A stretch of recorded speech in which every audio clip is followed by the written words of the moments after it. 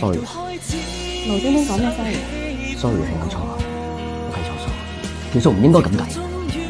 你計錯咩數啊 ？Sorry 同計錯數有咩關係？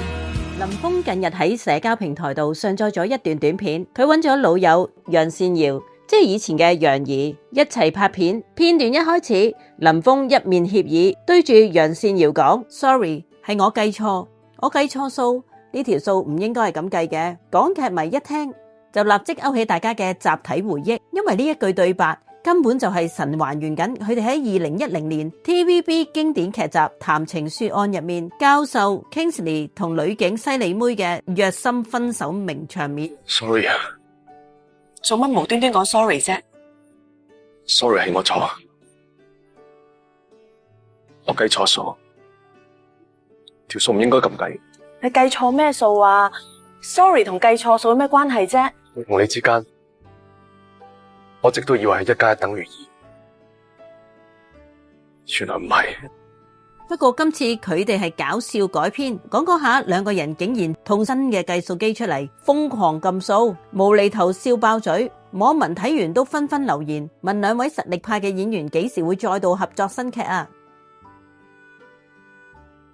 睇完林峰計數，我哋又去睇睇天王郭富城嘅最新普通話笑料。成成日前呢親臨成都出席一個國產新能源汽車嘅預售發佈會做代言人，點知天王一開口講新車預售價嘅時候，佢嘅港式普通話發音令到全場都靜晒。增程四驅 Ultra 加旗艦長續航版，預售價37.98萬元。北京 X9 增程四驅 Ultra 加長續航版，預售價是33.98萬元。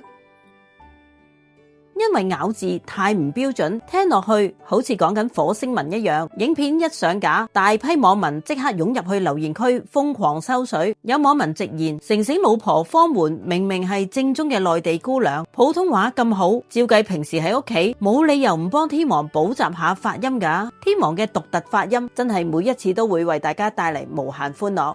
剛剛宣布訂婚喜訊嘅歌手譚嘉儀，未嫁人先興奮，日前大搞生日訂婚派對。喺佢最新嘅影片分享入邊呢，譚嘉儀直情係幸福滿瀉，一邊高呼我訂婚了，一邊開啟巡迴展覽模式，show佢嗰隻閃到爆嘅巨型求婚鑽戒。片入面每一個女性朋友一睇到隻戒指，都瞬間失控尖叫，興奮雀躍，大家都感受到譚嘉儀嗰份待嫁嘅喜悅。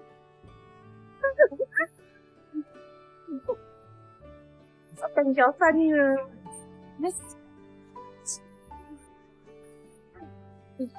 睇完3段片，歡迎大家喺下邊留言同我討論下。聽娛樂。